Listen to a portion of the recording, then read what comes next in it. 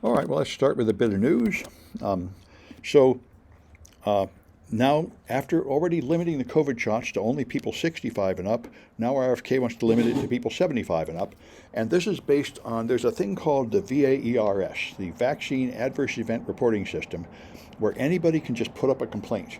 And they say when the CDC says when they investigate them, almost all of them are not vaccine related injuries, but everybody thinks they got sick from the vaccine. And that's the kind of stuff that RFK uses because he doesn't care about science and data. And so we'll see. He's extremely unpopular for doing this. A large number of people are not happy with this. I'm certainly not. And I think it's bad for my students. There's a bunch of people that are not 65, but they live with somebody that's old and sick. They need the shot. It's ridiculous to not let everybody have the shot anymore. And it's just based on junk science. So anyway, Bernie has written an article saying we got to get rid of this guy. And, I've heard that Bernie is the most popular politician in America, which I can believe. He makes a lot of good sense. I think the Democrats should have run him instead of Hillary. But anyway, now he's too old to run. He says he's not going to run again, but his anti-oligarchy tour is a big hit. So we need somebody in his line to take the mantle of the far left, and it looks like maybe it's going to be AOC. But she, I think, is not going to run in 28. She hasn't announced yet. But I think she's not ready, and I think she knows that. She's too smart to run before she's ready. She may never be ready for it. The problem is, if you are in one area, you focus on the problems in that area, and to go national, you have to move to the center. And she's in one of the far left areas in the world, in the Bronx, or Brooklyn, in New York City anyway, where it's very liberal, and she may not be willing to move to where you have to move to go on the national stage. Anyway, but he's right, of course. RFK is ridiculous. I was just hoping Trump might turn against him, but it looks like Trump is not going to turn against him. In fact, it seems like Trump is, his health is failing, and he seems to be losing his grip. Like, for example, in Ukraine, he said, I'll solve it the first day because Putin is my buddy and he'll stop the war. And then that didn't happen. And then he got more and more angry at Putin and kept threatening him, but he just had the red carpet for Putin. And he still doesn't, he was just talking about how this war is the fault of Joe Biden and Vladimir Zelensky. He doesn't think it's Putin's fault. So he still is completely under the thumb of Putin. That's always been the thing with him. It really seems like Putin has blackmail material on him. Somehow he can never go against Putin, and that's why we're in the current position. The war is heating up. Now they're attacking Poland. NATO has already called an Article 4, invoked Article 4, which means the NATO members should meet to discuss what to do next. Article 5 is where all the NATO members have to send their army to help Poland fight. And Germany and I think Italy or somebody have already sent weapons to Poland to help reinforce them, but the United States remains silent because Trump can't make up his mind what side we're on. And it's very unclear. He probably doesn't dare. But now he said he wants all the members of NATO to boycott, to put tariffs on China, to punish China for buying Russian oil, and he wants them all to stop buying Russian oil, which is not an unreasonable thing to request.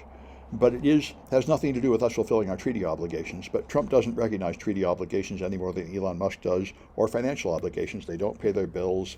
They don't live up to their promises. They just cancel treaties when they don't like them, which is what Machiavelli said. Anyway, so it's a very bizarre time, and I think the whole world is waiting to see what the U.S. is going to do. I don't know if Trump is nuts enough to actually go in militarily on Putin's side. But I think he is absolutely nuts enough to withdraw all aid from Ukraine. But he hasn't done that yet.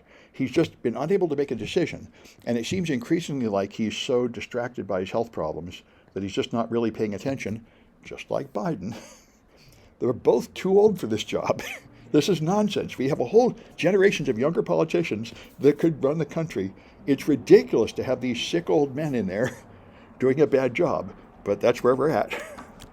Anyway, so these guys have found a way to add a amino acid to lithium batteries, which stops them from growing dendrites. The reason why lithium batteries wear out and the reason they explode and catch fire is because the lithium crystallizes into a metal and it forms dendrites, little spikes of metal. And when they grow big enough, they short out the battery and get hot and it explodes. And that's what limits how much power you can put in there. But adding this chemical prevents that. And they say then they'd be able to store 10 times as much energy in a lithium battery. So if this works out, It'll be fine. This is, of course, an early research result. And, when they get something working in the lab, there's a lot of work to make it actually practical to manufacture and sell and all that. So a lot of these things never work out. But this is a good sign. It'd be nice to see if that happens. So California has passed a ban against ICE agents arresting people with masks on, so you can't even tell who they are, which seems only reasonable. All the law enforcement agencies are all complaining. But I think that's reasonable. Of course, right now, they're doing something incredibly unpopular and illegal, so they don't want their face on it. But I think it makes sense that law enforcement agencies should have to have a badge with a number and a name. You should be able to complain about what a law enforcement person does. You should know who they are.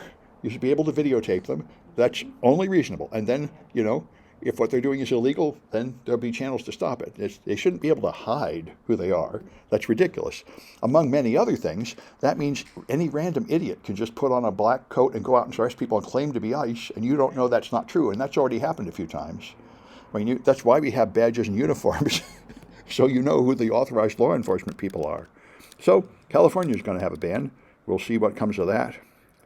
When would that be enacted then? Oh, I don't know. I would imagine they're going to appeal it, and it's going to go to the Supreme Court or something. I mean, usually it's a long time. I would imagine the feds are going to push back. And it seems like this Supreme Court is just totally in Trump's pocket, and they'll just let him get away with anything. I mean, they already explicitly gave him permission to murder his political opponents a year ago, which is a breathtaking session. And I heard them say, would it be okay for him to send SEAL Team 6 to kill his political opponents? And they said, sure, that'll be fine. You can't prosecute him unless he gets impeached. And I wish I'd been the lawyer, because I would have said, how about he decides to kill off Supreme Court justices to create vacancies on the court? You'd be okay with that too then, huh? Because I think maybe then they would think about what they're saying. But probably not, because they're all just bought and paid for. They're bribed. The worst being Clarence Thomas. He just takes huge bribes. He does whatever the people bribing him make him do. And that seems to be true of most of the conservative members.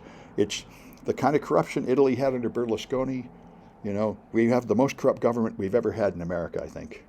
And hopefully we can kick the bums out, but we'll see. Yeah. So it depends on passing of the time.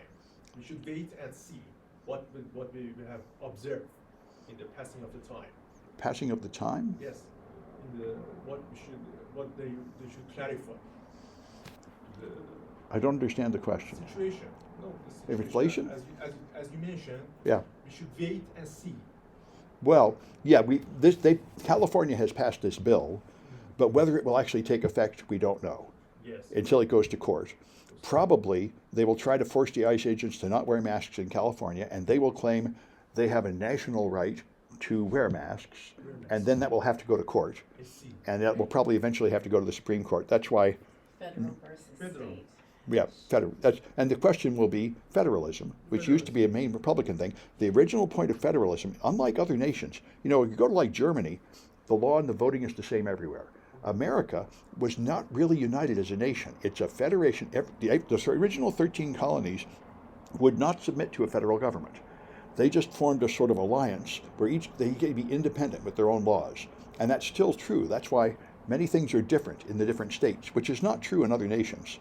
And so the question is, does California have the right to have a special law about how policing is done here, which is different than a national regulation?